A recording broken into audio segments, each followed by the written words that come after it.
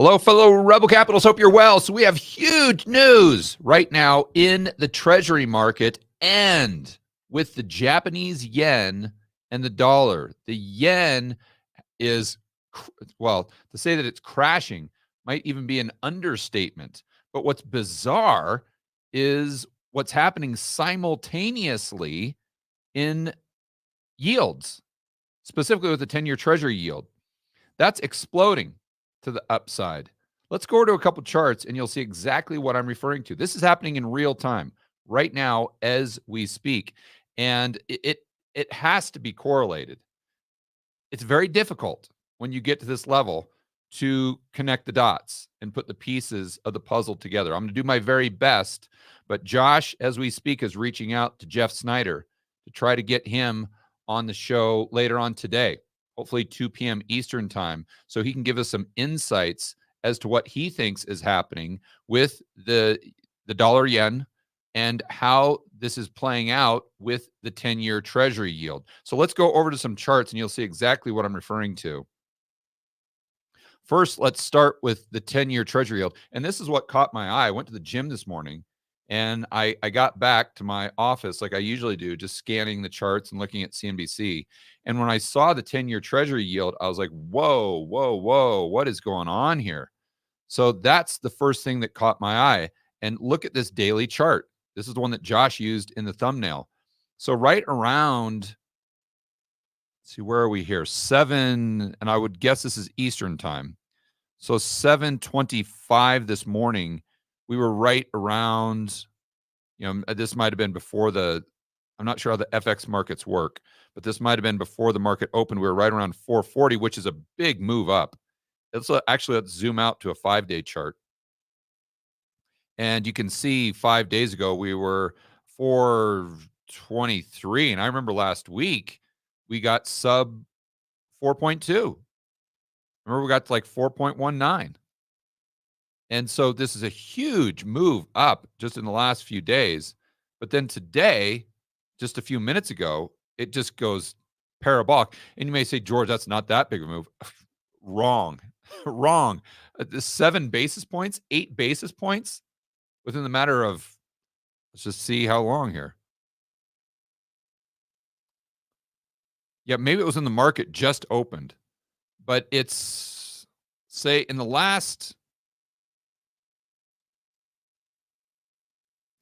couple hours, we'll just ballpark it, the yields on the 10-year Treasury have gone up by almost 8 basis points. That is a massive move in Treasuries. And so this was the first chart that I discovered, the first one that caught my eye. So then I try to think, okay, what is causing this to happen? And the only other chart that I can find that lines up with this directly would be a chart of dollar yen. So let's go over there. And you'll notice it's almost the exact same chart, almost identical.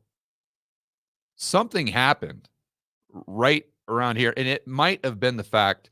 So let's rewind. You guys know that maybe a month ago, the Japanese central planners came in to try to prop up the yen because it was just tanking, crashing against the dollar. And they said they didn't want it to go above 160. So the higher the number, the lower the value the yen is to the dollar, because this is saying it's 161 yen to $1. So let's take it to an extreme. If it goes to 1,000 yen per dollar, then it's lost a lot of purchasing power. If it goes to parity, 1-to-1, then it's gained a ton of purchasing power. So you got to remember, the higher this number, the weaker the yen is getting versus the dollar. So the officials came in, the central planners, and because it was going straight down to 160, and they're like, whoa, no. We want to stabilize the market. And of course, the funny part was, and they always do this, is they came out and said, well, this doesn't match up with the fundamentals because we central planners are smarter than the market. And we know that the fundamentals should lead to a stronger yen, not a weaker yen. And remember, this is the time when they were raising rates. Well, if you want to call it that, they took it from like negative 10 basis points up to like positive 10 basis. I'm going to call that raising rates, but I guess technically that's what it is. So you say, oh, well, we got these interest rate differentials because we're raising rates relative to the United States because they're pausing, and therefore you should see the yen strengthen. But what happens is the yen crashes even more, and they're like, oh, time out, time out. And their excuse is that the market just doesn't know what it's doing. And therefore, we central planners know where the price should be for the yen. So we're going to come in and drop $60 billion, propping it up. And then actually, let me look at this chart. We can go back and just see it right here in real time. So this is when it was crashing, I would assume, right around here. So end of April. And that's when the central planners came in, and then it just immediately dropped. And then, of course, they're patting themselves on the back. Oh, job well done. Job well done. And then the market says, yeah, good job there, buddy. Way to drop $60 billion and just flush it straight down the toilet. Now let me give you the right hook from Tyson. Boom. It goes straight back up to 155, goes up to 157. And then lately, 157, 158, 159. And then today, breaks straight through to 160. And it doesn't just stop at 160. It's now broken through all the way to 161. We're at 161.62. And what's funny is when I was in St. Bart's last was when the central planners were trying to prop up the yen. And I had this discussion with Steve, as you would imagine. And he said, look, George, I have seen this happen over and over and over again over the past 40 years. He goes, I'll tell you exactly where the yen is going. It's going straight to 200. And I said, okay, well, how does this usually play out? And he goes, they always try to fight the market, and the market always wins. It's inevitable. The only thing the Japanese officials are, and this was according to him, he goes, they know that they can't fight the market. And they know it's going to 200, if not 250, 300, who knows? Talk about the yen to the dollar. He said they're just trying to make sure that it goes down and devalues in an orderly fashion. They said they just don't want it to go to 200 in a week. They want it to go to 200 in the span of 6 months. He goes, that's why they're coming out and dropping the 60 billion. And then they're just coming up with some narrative to make the market try to believe that they're going to intervene every time it gets over to 160. So you better not sell those yen. Again, it's just a psyop. It's the exact same thing the Federal Reserve does. So it's interesting now to see what Steve was saying pretty much play out in real time. But this doesn't help us understand the relationship between the yen and the Treasury yields. And I think, and again, I'm spitballing this, guys. I really want to get Snyder on this afternoon so he can give us some deeper insights. But I would assume this is the yen causing the 10-year to spike. It's not the spike in the 10-year causing the yen to crash. I think it starts first and foremost with the yen. That's my base case. That's my gut instinct. The reason I say that is because I would assume that you've got a lot of positions out there by hedge funds, financial institutions, big, huge euro dollar banks that are predicated upon the central planners intervening every single time we get close to 160. So what happens is if the yen breaks through 160, like it just did today, and goes 161, maybe even higher, this triggers all of their positions to sell. And I would assume that a lot of those positions in some way, shape, or form include treasuries. So I don't know. And again, I need to really think through kind of how these global banks are constructing their balance sheet in a way that would include treasuries and also pertain to a bet on the yen that the central planners mean what they say. And therefore, when it shoots up past 160, 161, all of a sudden, these positions are upside down, and it triggers all of the selling with the treasuries that are somehow involved. That selling is what makes the yields go higher, because obviously there's an inverse relationship between the yield and the price. So selling more quickly, more supply than demand, price down, yields up.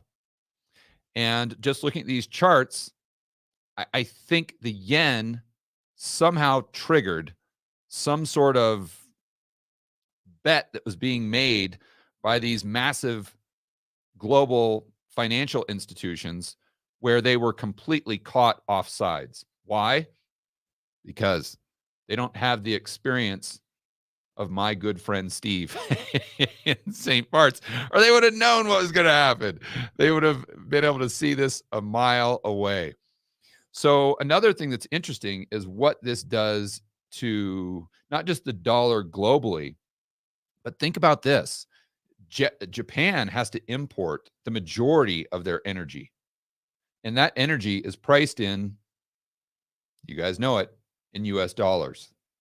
So just think about this for a moment. If you're having to import, let's just say a barrel of oil at $80, and let's just say the yen is at a parity, we'll take it to an extreme to make it easy to follow. So $1 equals 1 yen. So you import that barrel of oil that's $80, that costs you 80 of your yen. Okay? But now what happens if the yen goes to, let's just take it to a huge extreme here, and say it goes to 1,000. Okay, now it costs you 80,000 yen for that 1 barrel of oil. But your cash flows, denominated in yen, have not gone up to the degree to which you can afford the 80,000 yen per barrel of oil. And let's take it to the next step. What happens if the dollar price of oil goes up to 100 at the exact same time? Well, then you're not just getting the right hook from Tyson, you're getting the left uppercut as well. And that's what we could see. So I looked at the DXY. The DXY is still at 105.8, which is high. It's getting up there again, that's for sure. But we really got to get hyper focused on dollar yen, because the dollar going to 160, 170, 180, just from the simple standpoint of them importing energy and needing dollars, could cause a huge blow up in Japan that could have systemic risk for all of these global banks, which could bleed over into other economies, because the banking system, and therefore these economies, are so interconnected.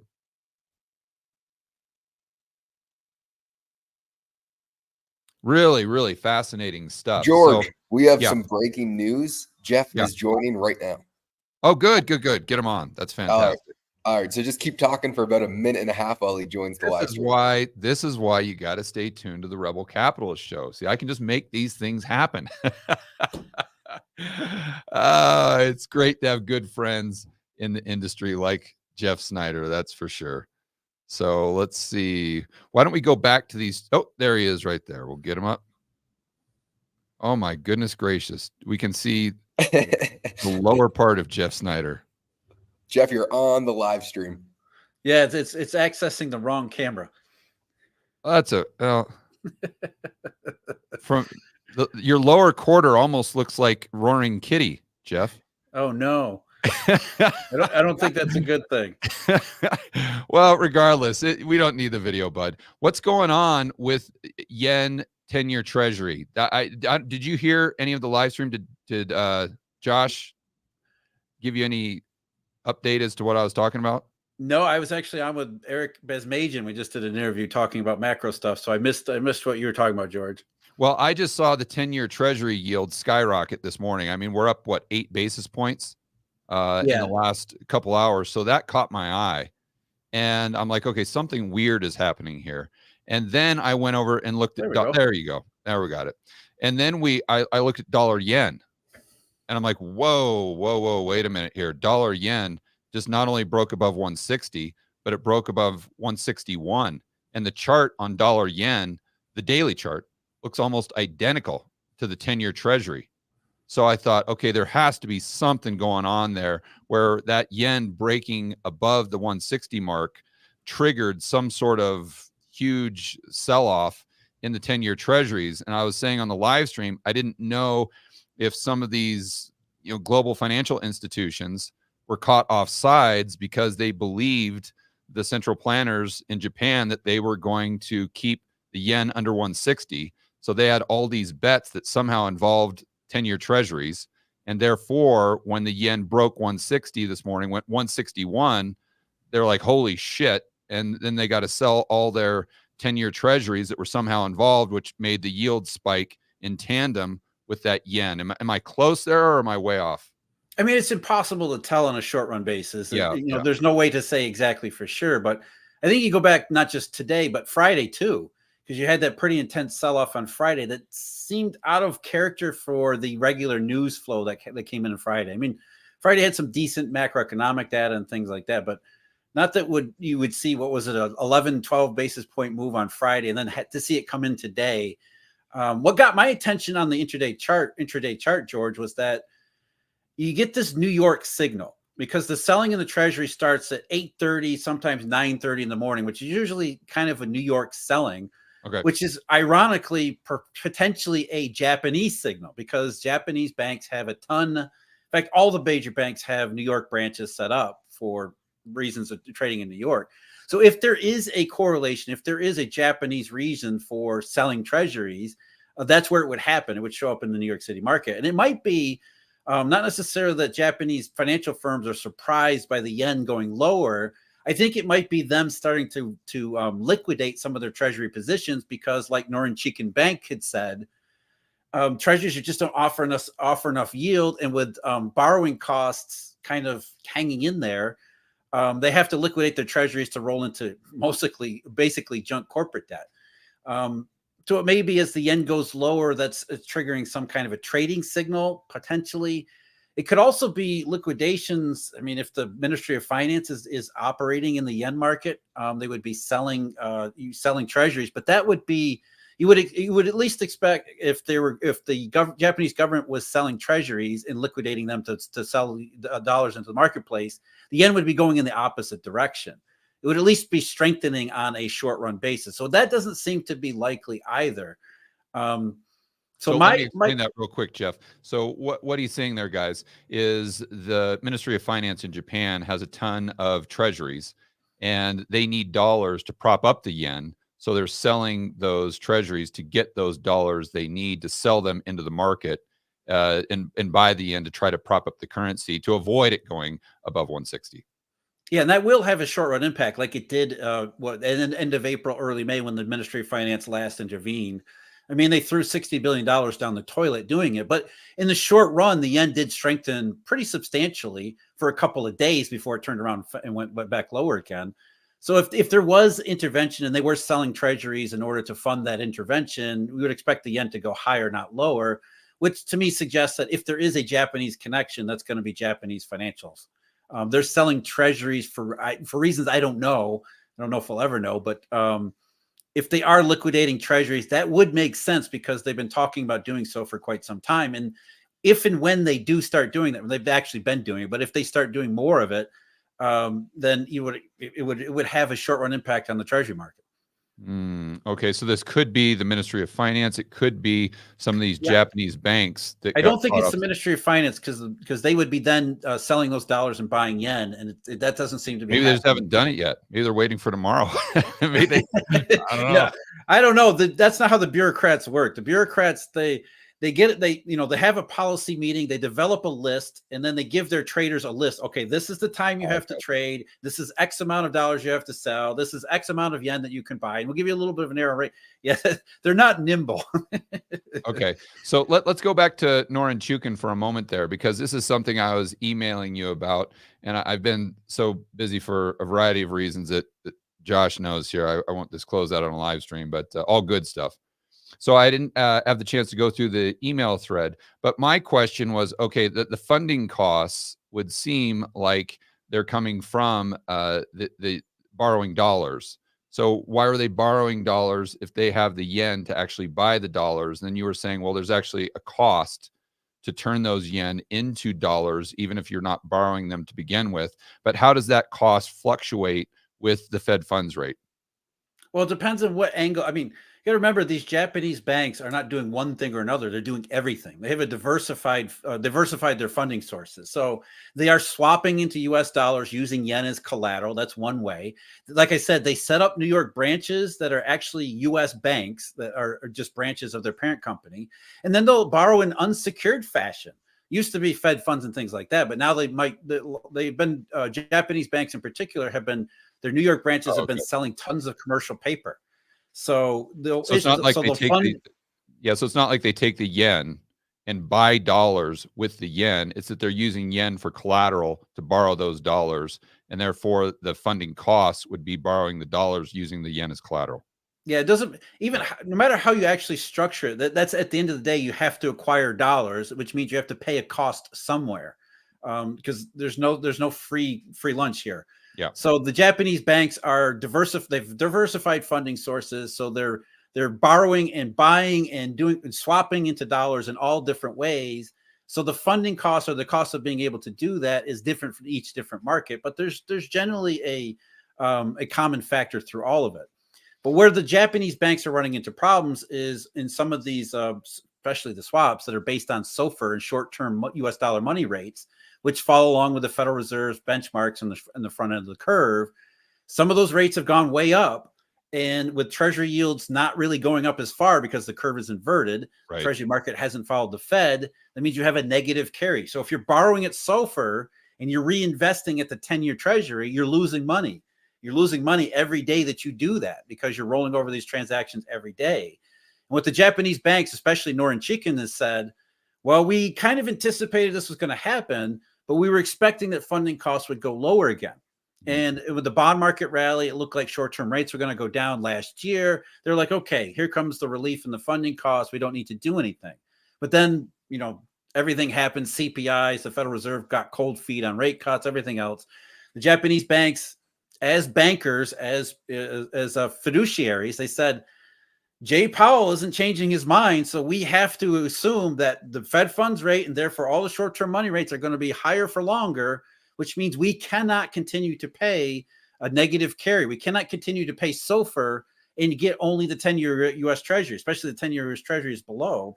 So they have to sell their treasuries to buy higher U.S. dollar yielding assets, and that's basically riskier and riskier junk corporates. I was going to say just not higher yield, higher risk.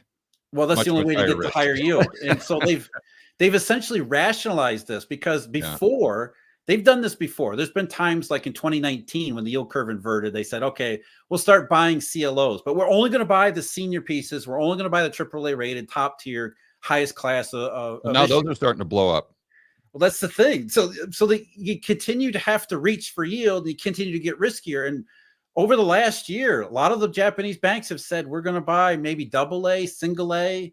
And there's a lot there's marketplace rationale for it because certainly the CLO sellers will tell you that there's really no difference in risk between AA and single A and AAA, but you do get extra return. So if you rationalize that behavior as, okay, I'm going to get extra return in a single A and there's no additional risk, why wouldn't I do that? Now, I did a story on this the other day. There's AAA tranches that are now experiencing losses due to the underlying asset being commercial real estate. And if that AAA takes a 20% loss, and Josh, we did a video on this the other day, like I was saying, everything below that gets completely wiped out. But again, even if it doesn't, those AAAs are still experiencing losses in some cases. But the rationalization that they'll make is that that's just commercial real estate. The rest of the U.S. junk market is completely fine. So if we stay away from anything that's exposed to CRE, we can buy a single A rated junk corporate debt CLO and be a tranche of that, and it will be completely fine. I mean, you know how this goes, George. In every bubbly period, you convince yourself that I'm doing the right thing, and you convince yourself you're doing the right thing because you have to. Right. And that's where we get into these Japanese banks with their funding costs here. They either shut down and just shut the whole thing down and go back to Japan, which they're not going to do, or they have to do something, and they have to rationalize that, okay, I'm going to buy a single A rated CLO because I really have to, and I'm going to convince myself there's absolutely no risk to doing so. Especially so they take more and more and more risk until it all blows up. I mean, right. And it becomes self-reinforcing, right? Because as more of these Japanese firms buy this riskier debt, the price of the riskier debt goes down. And what do we all interpret that as? Oh, yeah. Oh, the market thinks there's no risk because the spreads are compressing. So let's buy. It's even better. Now that the market thinks there's no risk, I'm going to jump on it at a higher price. So now I'm buying more risk at a higher price, getting lower return, convinced that there's nothing that could possibly go wrong with us because the market is telling me that with spreads narrowing, everything is absolutely perfect. And as long as I stay away from commercial real estate, I'll just be perfectly fine. Yeah, that's a great point on the spreads. What type of systemic risk do you see out there for the Japanese banks and then bleeding over to the banks, to maybe the global dealer banks or the banks in the Eurodollar system as a result of the yen? Let's just say it does go to 200 over the next, call it 6 months. 6 months. you might be being kind there. Over the if they can buy 6 months. Weeks. Yeah, the risks of the banks is really, I mean, their spreads are the biggest thing that they're talking about, funding costs, and that's really where they're focused. And the yen is sort of a symptom of all these negative risks that are piling up. I mean, if you're a dollar provider looking at Japan, you're thinking, Japanese banks are doing this. The Japanese economy is horrible already. It's in recession. The Bank of Japan is absolutely convinced it needs to hike rates anyway, which is sort of a self-reinforcing doom loop because now the Bank of Japan feels like it has to raise rates because they think inflation is going to be a big deal. And actually cost pressures do build up because the yen is going lower. So they have to hike rates because the yen's going lower, which means the commodity prices rip higher. Yeah, and the JGB market starts to sell off, which means that Japanese firms don't want JGB assets because there's price risk associated with that. So the more they want to get US dollar assets, which leads to weaker yen, and it just gets this self-reinforcing spiral. On top of everything, you've got the global economy, especially the economy in North Asia, Korea, China, and all those areas. It gets increasingly weak. And it just becomes, the yen continues to want to go lower for a variety of reasons, and none of them are good. At the same time that Japanese banks and the Bank of Japan are all assuming basically the wrong things about the way things are going. And it just, every single one of those factors reinforces the next one, which reinforces the next one and reinforces the next one. Yep. That's why you've seen the Japanese yen break with, for example, interest rate differentials. This year, the yen has weakened way past any differential because JGB yields are selling off that much, because Japanese firms don't want to be in the JGB market if there's price risk. And as the more Japanese sell in the JGB market, it actually becomes price risk. And so it's just everything that's it gets locked into this process that there's really no way to get out of it. And if those CLOs are denominated in dollars, then am I correct to assume that if the yen goes to 200, that's their collateral source? So their collateral source is losing value. It depends on how they're funded, because if we're talking strictly about their New York branches, then they're insulated to a degree on exchange value risk. That's one of the reasons you set up a New York branch, so that you can be insulated from exchange risk. And so you're really focused on funding costs. And where the exchange value comes in is when you're talking about repatriating profits from your financial activities in New York. It could weaken the collateral. The primary risk to the Japanese firms who are reaching for yield in the CLO market is a U.S. recession. The U.S. goes into recession, and then all of a sudden the CRE market's not the only problem. We're not just getting losses in CRE CLOs. Now we're getting losses in some of the regular corporate structures too. And you don't even need losses. You just need to have a little bit of a price change. Or when we're talking about CLOs, all you actually really need is a tiny tick up in correlation, which I think we're already getting the sense of that, because correlation is the biggest factor in pricing securitized structures, especially at the top or upper ends of the spectrum. So a little bit of a correlation with recession risk, and suddenly those look like they don't look safe anymore. Right. That's when everyone sells, and then everyone's running for the emergency exit at the same time. And there's nobody left to buy, because even if you do want to buy, you're smart enough to realize if everybody's selling, I just sit around and wait for prices to plummet, and I'll pick up tons of bargains. Yeah. Yeah. Wow. All right, man. Well, thanks for coming on such short notice. This is definitely a story that we're going to have to follow. Jeff, where can people find out more about what you do? Eurodollar University. That's, YouTube. Our website's eurodollar.university, social media, all that stuff. All right, buddy. Thanks for coming on. We'll talk to you soon. Sure, George.